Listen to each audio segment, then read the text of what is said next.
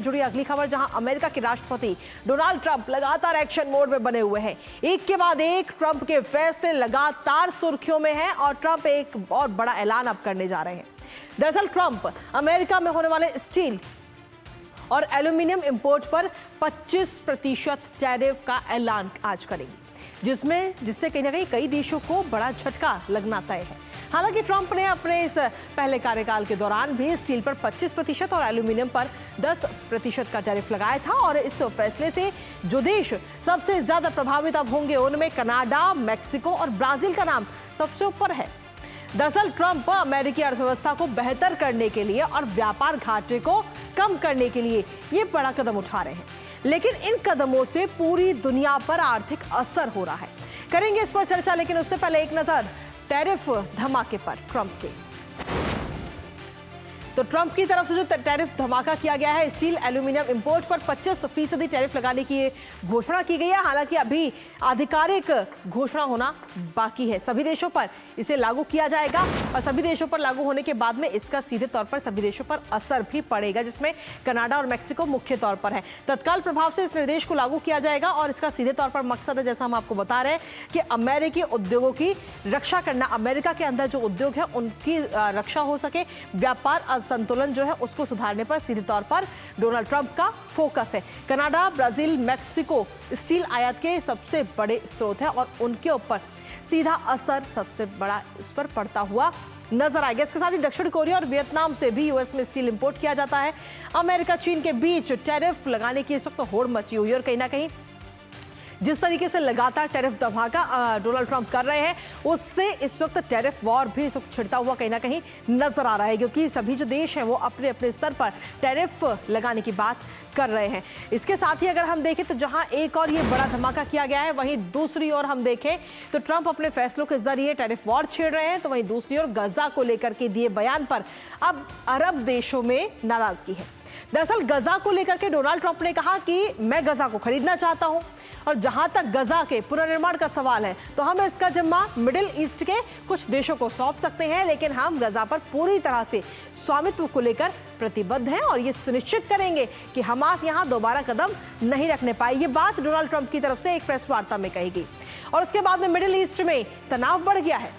मिस्र में आपको बता दें कि आगामी 27 फरवरी को इमरजेंसी अरब समिट भी आयोजित हो रही है, जहां पर इस मामले को लेकर चर्चा होगी। तो वहीं ट्रंप के बयान पर तुर्की के राष्ट्रपति ने भी नाराजगी जाहिर करते हुए कहा कि फिलिस्तीनियों को हटाने की ताकत किसी में नहीं है। आखिर गजा को लेकर डोनाल्ड ट्रंप का प्लान क्या है, करेंगे उस पर चर्चा, लेकिन उससे पहले नजर डालते हैं ट्रंप के प्रस्ताव से आखिर अरब देशों में क्यों है नाराजगी और क्या है इसके पीछे की वजह। एक नजर इस ग्राफिक्स पर। तो ट्रंप के इस प्रस्ताव को लेकर के अरब देशों में सीधे तौर पर नाराजगी है। इस प्रस्ताव ने अरब देशों को आक्रोश में डाला है और अलग अलग बयान भी इस वक्त सामने आ रहे हैं। इस बयान के बाद में अरब देशों की ट्रंप को दो टूक सीधे तौर पर अरब देशों की तरफ से ट्रंप को सीधा मैसेज दिया गया है। ट्रंप के बयान को बेतुका बयान अरब देशों की तरफ से बताया गया है और इसको लेकर एक समिट के आयोजन की भी बात कही गई है। मिस्र, जॉर्डन और सऊदी अरब में सीधे तौर पर हम देखें तो नाराजगी है, गुस्सा है, रोष है और अब इसको लेकर 27 फरवरी को एक समिट भी है। तीनों देश अमेरिका के प्रमुख सहयोगी हैं, जिन तीनों देशों की हम बात कर रहे हैं और अरब देशों में कहीं ना कहीं नाराजगी है ट्रंप के इस बयान को लेकर के। तुर्की के राष्ट्रपति की अगर हम बात करें तो वो कह रहे हैं कि प्रस्ताव जो है वो चर्चा के लायक भी नहीं है और समिट की बात हो रही है, वहां पर चर्चा हालांकि इसको लेकर होनी है। जर्मनी चांसलर कह रहे हैं कि ट्रंप का जो प्रस्ताव है वो एक स्कैंडल है, इसके अलावा और कुछ नहीं है। तो इस प्रस्ताव ने कहीं ना कहीं अरब देशों पर कई सारे सवाल भी खड़े हो रहे हैं और अब मिस्र जो है वो आपात अरब समिट करने जा रहा है। 27 फरवरी को अरब लीग शिखर सम्मेलन का आयोजन होना है।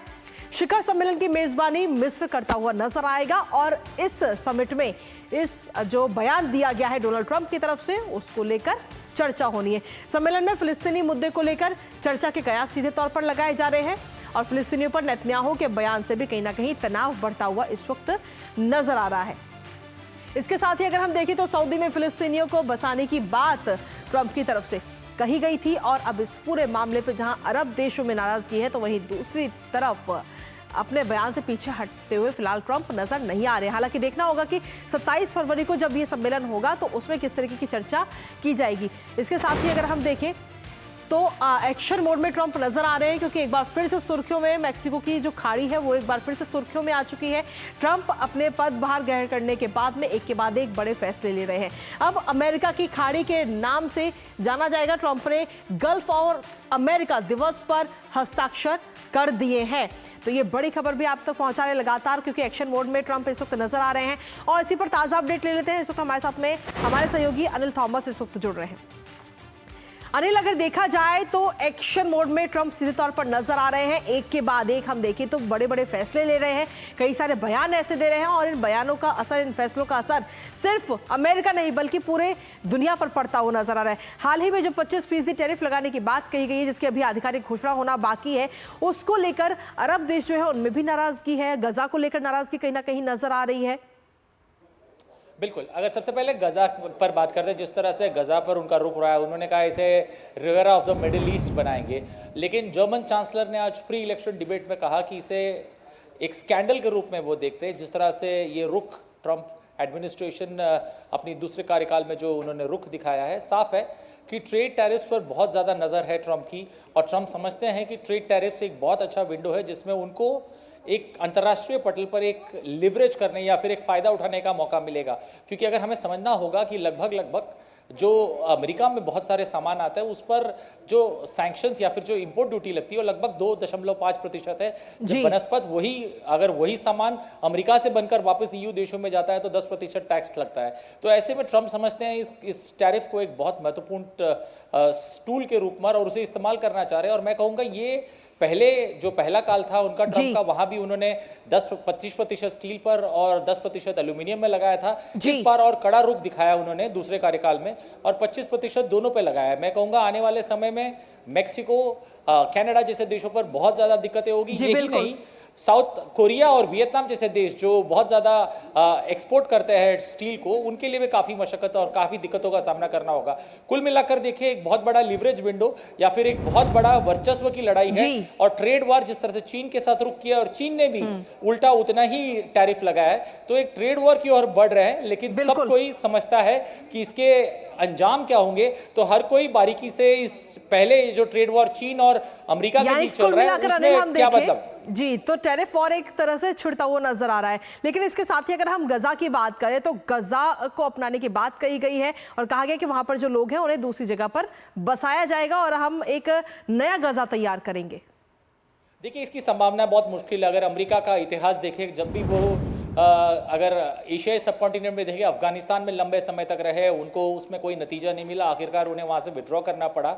ये रुख ज़रूर उनका एक ये जो तेवर उन्होंने दिखाया ज़रूर आक्रामक है, लेकिन इसको अंजाम तक पहुँचाना मेरे हिसाब से काफ़ी मुश्किल होगा। जिस तरह से सारे अरब देश एकजुट हो जाएंगे इसमें, और मैं कहूँगा एक नई मुश्किल या फिर एक नया दरवाज़ा खोल रहे हैं जहाँ मुश्किल ज़्यादा होंगे उनके लिए आगे चलते चलते, क्योंकि ये करना इतना आसान नहीं है जितना ये समझ रहे हैं। क्योंकि इजराइल का भले ही साथ मिले, लेकिन इसे एक लॉजिकल कंक्लूजन में ले जाना काफ़ी मुश्किल है अमेरिका के लिए, और इस पर भी हमें रुख रखनी होगी। क्योंकि ट्रंप जो करते हैं वो अभी तक जो कह रहे हैं वो करने में कहीं ना कहीं स्पीड ब्रेकर जरूर लगता दिख रहा है उन पर। वो अमेरिका के अंदर हो जिस तरह से उन्होंने वहां रुख अपनाया है, या फिर ट्रेड पॉलिसी और टैरिफ को लेकर जिस तरह से रुख रखा है उन्होंने, तो यहाँ भी हमें वेट करना होगा। जरूर आक्रामक रुख है, लेकिन इसको आगे ले जाना थोड़ा सा मुश्किल है, या फिर इसमें बहुत सारे स्पीड ब्रेकर्स है जिस पर ट्रंप एडमिनिस्ट्रेशन और अमेरिका को पार पाना है। चलिए, फिलहाल बहुत बहुत शुक्रिया अनिल, तमाम जानकारी और अपडेट्स हमारे साथ साझा करने के लिए। तो सीधे तौर पर हम देखें तो जो फैसले लिए